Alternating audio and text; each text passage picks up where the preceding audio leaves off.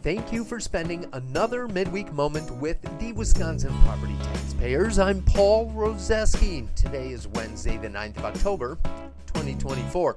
Happy Beer and Pizza Day. Also, a heads up that tomorrow's date is 10/10, which is National Shift 10 Day. And no, it's not the day to press Shift 10 on your computer, although you should try it and see what happens. It's actually another shop local reminder, a call to shift 10% of your budget to local businesses. Unfortunately, these days, after seeing a lot of the property tax increases that people are getting hit with, it should probably be an awareness day that our government feels like it's the increase they're entitled to take from you.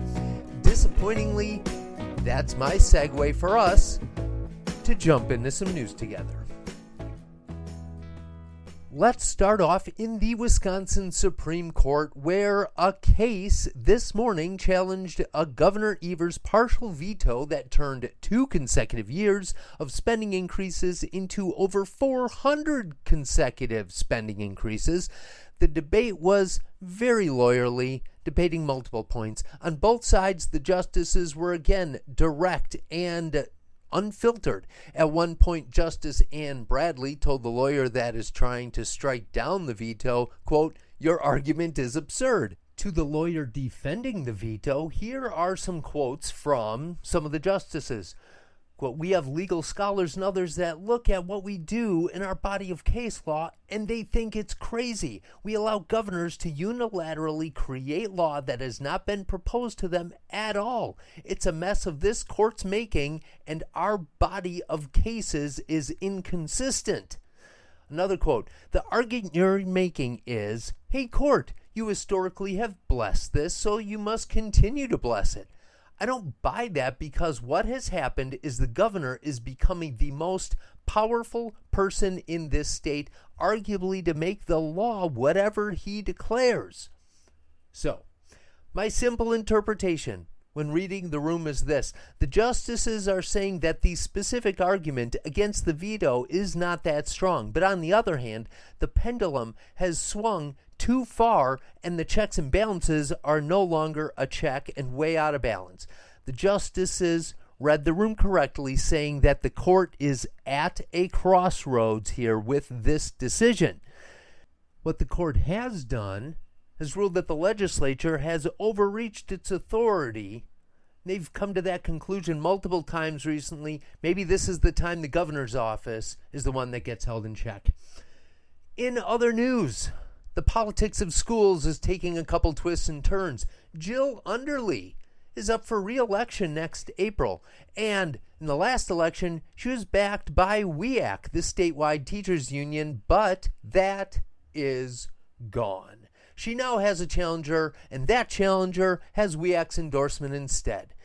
And recent open records requests will not do her any favors when going up against that challenger. To summarize what I've seen so far, she was frustrated and unhappy with a proposal to change test scores and standards because it even confused her. So, of course, it would confuse parents too. But they're changes that she ultimately approved. So, unfortunately, in today's environment of media and social platforms, I think it's a scenario that can be negatively interpreted 1,000 different ways.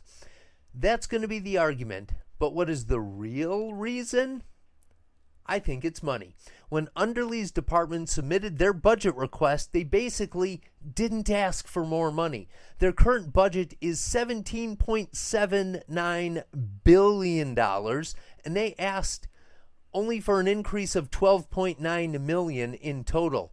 That doesn't match the narrative of the schools are underfunded and need more money. So, my simple interpretation is this.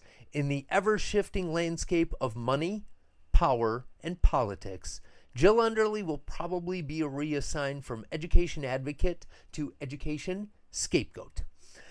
And finally, keeping with the theme of the narrative of more money, Madison Mayor Satya Rhodes Conway held a press conference recently saying that local municipalities are underfunded and the limits on tax levies are creating hardships.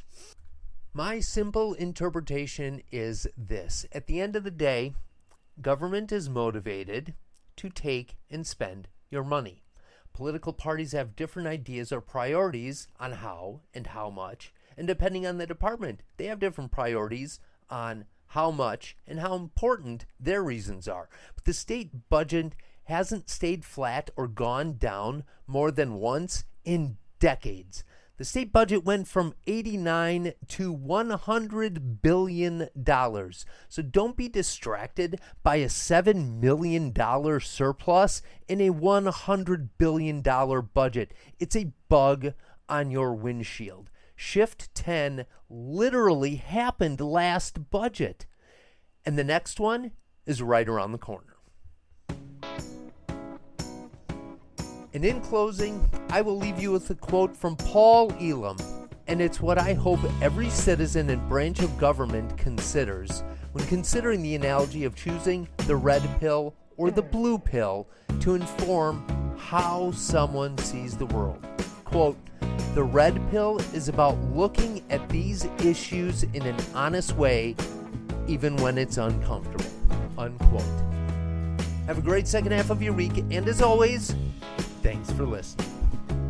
Wisconsin Property Taxpayers Inc. is a nonpartisan membership organization consisting of thousands of small business, farm, and homeowner members in every autumn color-loving corner of the state.